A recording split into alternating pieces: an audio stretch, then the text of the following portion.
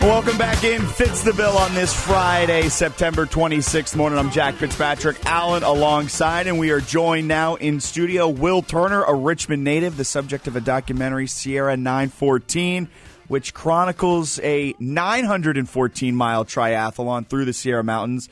Absolutely insane. And we're also joined by the director of the documentary, Ryan Duggar. Thank you guys so much for taking some time out of your Friday morning. I know probably a lot's happening. You premiere the documentary on Sunday at the Richmond International Film Festival, so appreciate you carving out some time to stop by the studios and chat with us. Thanks, Jack. Appreciate it. So, Will, this is a question you've probably been asked 5,000 times, and you probably will be asked it 5,000 more.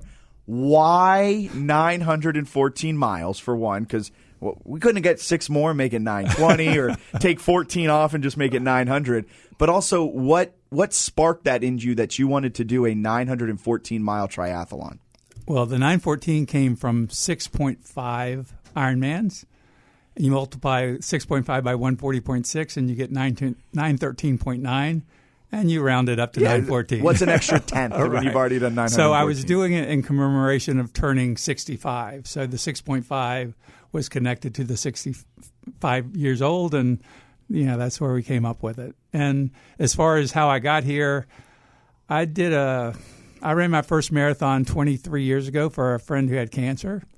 And marathons became Ironmans, Ironmans became Ultra Ironmans, and here we are 23 years later. Wow. And it turns into a 914-mile triathlon through the mountains. I think I was reading in the thing, elevation gain throughout that made it probably a lot more difficult than just a traditional 914 miles on a treadmill. Absolutely. I mean, we were basically at elevation from 6,000 to 9,000 feet throughout the race, but I climbed probably about 40,000 feet on the bike alone. So it definitely tested me. Ryan, how did you get connected with Will in order to tell his story through the documentary you guys made? Yeah, I met Will through a mutual friend who owns a racing company who, their company puts on these insane distances. So you're just not your typical Ironman, but multiple Ironmans. And Will is one of the crazy people that do these races. And just seeing these extreme athletes, I mean, I was immediately interested in telling these stories because it's just not only a physical thing they're doing. There's so much mental, a process that goes into it. So it really interested me. I met Will, heard that he was doing this crazy distance, and I was like, oh, this is a story. We've got to capture it. Will, what took you from doing marathons to ultramarathon? Like, what was it in your mind that said, all right, I've conquered the 23.2 miles, and now I want to do the X amount of miles?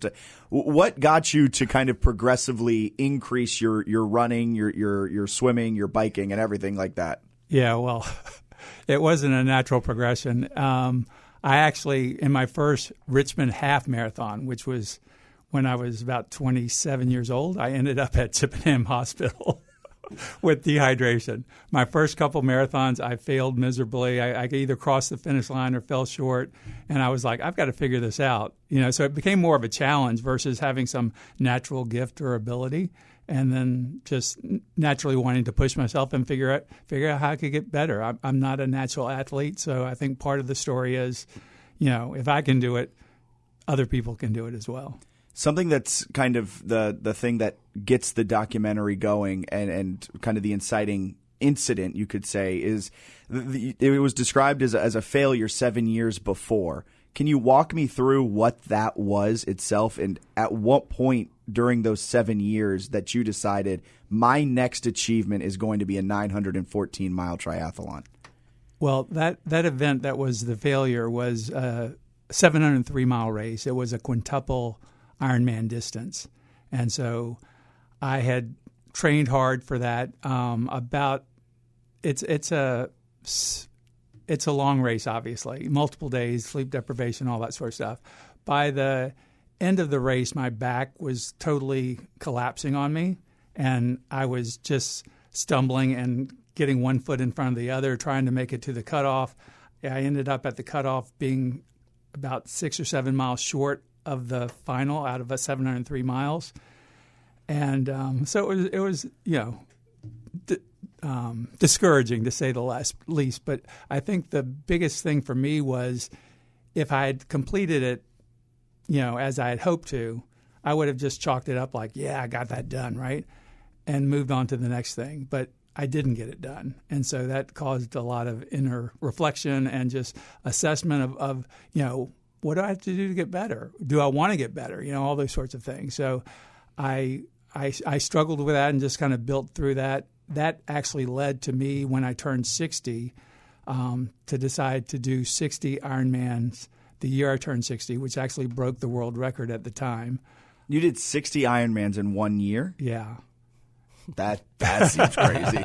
And then I went on. That's more than one a week, right? Yeah, one every 6 days. I was just doing the math. I was like, that is insane. Yeah. So for turning 60, I did the 60, and then I ended up doing another 45 after that the following year. So 105 in 2 years, which again was breaking world records. And so I kind of started that stage of, okay, what can I do for my next big birthday? So the 914 kind of came out of what's next. So from starting at the Richmond Half Marathon in your 20s, where it ends in the Chippenham Hospital, to 60 Ironmans in 1 year, and then 45 more, so 105 in 2 years. Right. That's crazy.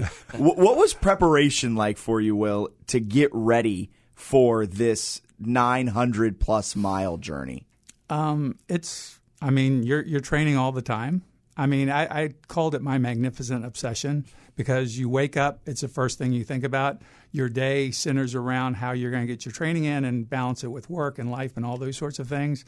And then you go to bed thinking about it. So, it's constantly on your mind. So it just becomes this thing that you work your life around to make sure that you get the training in and are getting mentally prepared. Because obviously it's physical, but it gets real mental real quickly. I can imagine. Ryan, you guys followed him throughout the entire journey. What's the preparation like on your side? Because I think I was reading you guys were living in a Sprinter van for the journey of it. You're doing a bunch of stuff throughout, which is maybe not as taxing as the 914 miles itself because, you're driving the 914, but still brings its own challenges. Definitely.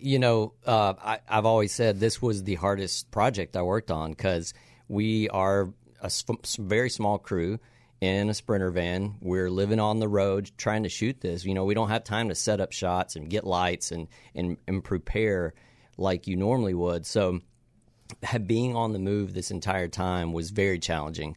And the sleep deprivation, we couldn't complain because we're looking at him. But So you guys have brought up sleep deprivation a couple of times. Did you sleep at all, or is it all one shot? No, I did sleep. Okay. I probably averaged about 3 to 3.5 hours a night over 8 nights.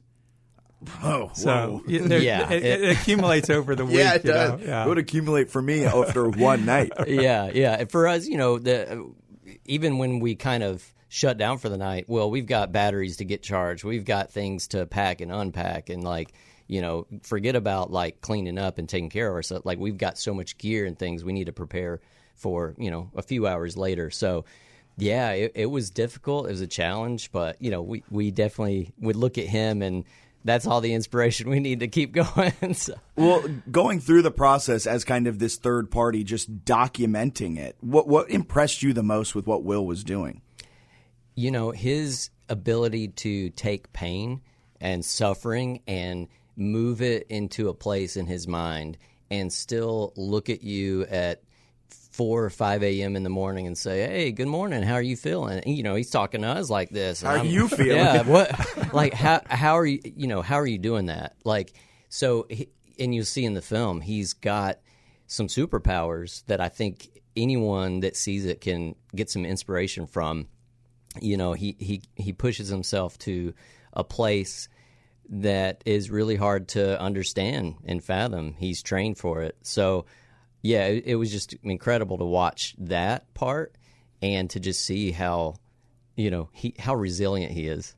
Will, throughout the process, was there ever a point where you were like, I don't know if I can finish this? The whole time.